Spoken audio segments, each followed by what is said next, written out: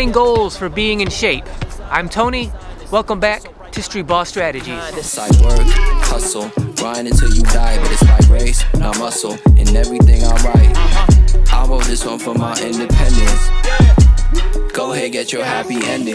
This is the final video in this Getting in Shape, defining what it means to get in shape, be in shape series. So far we've talked about setting a baseline, your minimum requirement for what you consider being in shape. Secondly, we talked about setting priorities for what it means for you to be in shape. So I broke it down into 3 categories of how do you look, how do you feel, how do you perform. And it was up to you to decide what's most important to you, how and why. And today we're getting even more specific by setting specific goals. And those goals can be within those categories or just overall general goals that you want to achieve that don't necessarily fall into those categories. But the main thing is that you have goals and you be specific about what you want those goals to be. When you're thinking about what goals should you have, that's why I started with what's your baseline, what's your bare minimum requirement for being in shape. Essentially what I'm saying is, what's your goal? What's your target for what your bare minimum conditions are for you to be in shape? And then when you consider, okay, what are my priorities, what's most important to me, and then stepping down from there. So now that you've already thought about your bare minimum and now your priorities as to what you want to be, your conditions to be in shape, now you can start to think more specifically, narrow your thoughts down to, okay, this is actually what being in shape means to me. In terms of how many goals should you have? Should you have one overall big goal and just go after that, or should you have smaller goals scattered throughout, your journey to get in shape? I say do whatever works best for you, but I do think that it's better to have more goals than less goals. But that's just me and kind of my personality. I like to have things to look forward to strive for, and even if they're small, subtle things in terms of goals and achievements, I like to be chasing after stuff. And then think of the priorities that you've set. So how do you feel? How do you perform? How do you look? What's important to you? What do you want, right? Set those goals. Say, this is what I want, this is what I'm trying to achieve. And be specific. The more specific, the better. We're going to talk about why that is right now.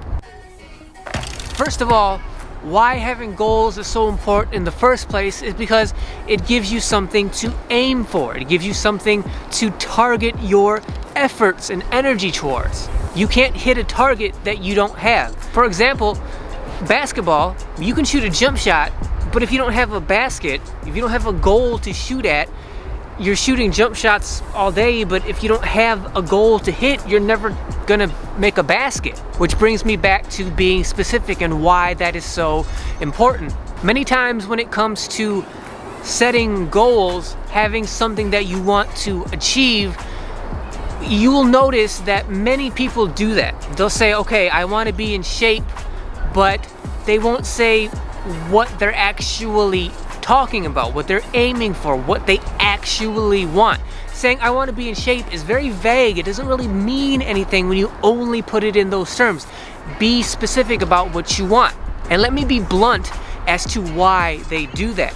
It's because when you don't have a goal, when you're not specifically setting goals for yourself, you will not fail. You cannot fail if you don't actually have a goal. People who are very vague about getting into shape or losing weight, and that's just their general statement of what they're trying to do, and there's no specificity there, it's because they are weak cowards in the very specific instance of making that statement. Why do I say they are weak cowards? It's because they're not being specific, because the more specific you are, the more your chance of failing is clear. If you say, I want to lose 40 pounds by this time next year, that's being fairly specific. That's saying, I want to do this specific thing within this specific time frame, right? But what happens if this time next year, you only lose 23 pounds? When your goal, your target was 40. The only thing that really should mean is that you have 17 more pounds to go. You didn't get there by the target time that you specified, but you can still get there. You're just gonna take longer than you anticipated. The problem is, today's society, what we do when we fail to meet a target that we've set for ourselves is that we, instead of feeling bad and then going, okay, I'm just gonna keep trying, or I'm gonna try harder, I'm gonna get smarter, I'm gonna try again, try better next time. Instead of doing that, you go, I failed, I'm a terrible person. If I'm a terrible person because I missed my target, well, now I have to get depressed.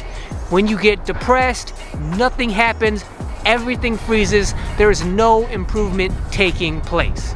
And then in the future, when it comes to setting goals again in the future for yourself, now when you're trying to do that, when you're thinking about if and how you're going to do that, now because you were depressed last time because you didn't hit your target, now this time when you're trying to think about maybe setting a goal for yourself, now you become anxious about doing so. Because if you fail again, that means you're gonna be depressed again.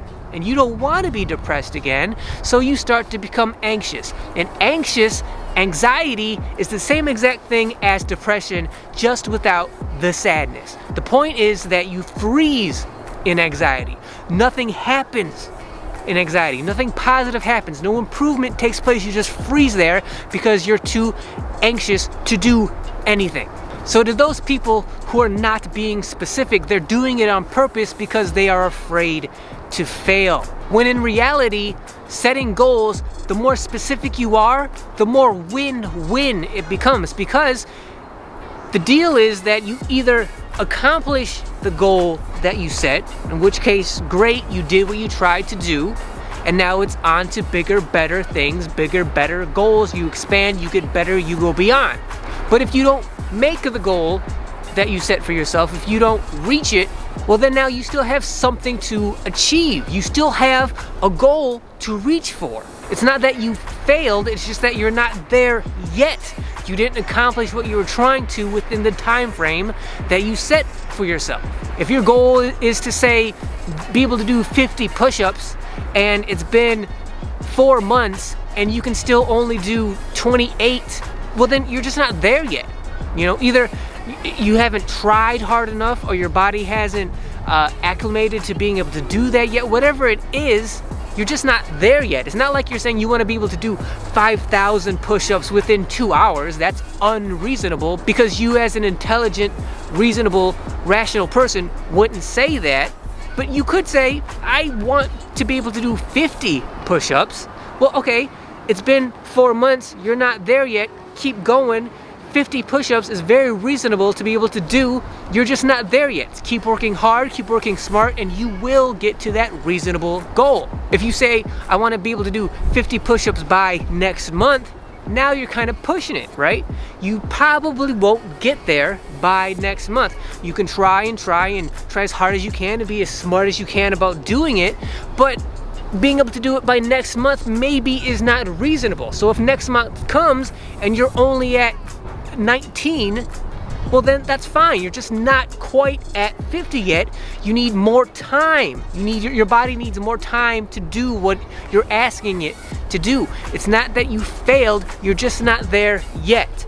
Being specific is not win-lose, it's only win-win, and it's all about your perspective on how you get to those goals. I think we did it. I think we came up with a simple yet pretty comprehensive definition of what it means to be in shape. We have your bare minimum baseline requirement of conditions in which you consider yourself to be in shape. Then we have your priorities of what is most to least important to you in terms of being in shape. And now we have set goals as to what you actually want to achieve when it comes to you being in shape. I tried to keep this as simple and sensible as I possibly could, and letting you decide what is important for you so that you can achieve what you want for yourself. So if you found this video series to be helpful, if you think it's gonna help you get into shape, and if you do what I'm saying, I think it will help you to stay there permanently. If it's helpful to you, make sure you subscribe to the channel. Hit that subscription button. The best thing you guys can do to support me in this channel is to subscribe and become a subscriber, and I cannot tell you that at this point in this small channel's life cycle how much that means to me. Also, like, comment, hit that notification bell. That notification bell will notify you, that's its job, to let you know every single time I put any video out. So make sure you hit that bell so you're notified of every video that comes out on my channel, and I will see you guys next time. I got one shot, this ain't a gimmick. You got one life, watch how you live it. You got one take, only one take. You got one life, why would you waste it? This ain't a gimmick. You got one life, watch how you live it. You got one take, only one take. You got one life, why would you waste it?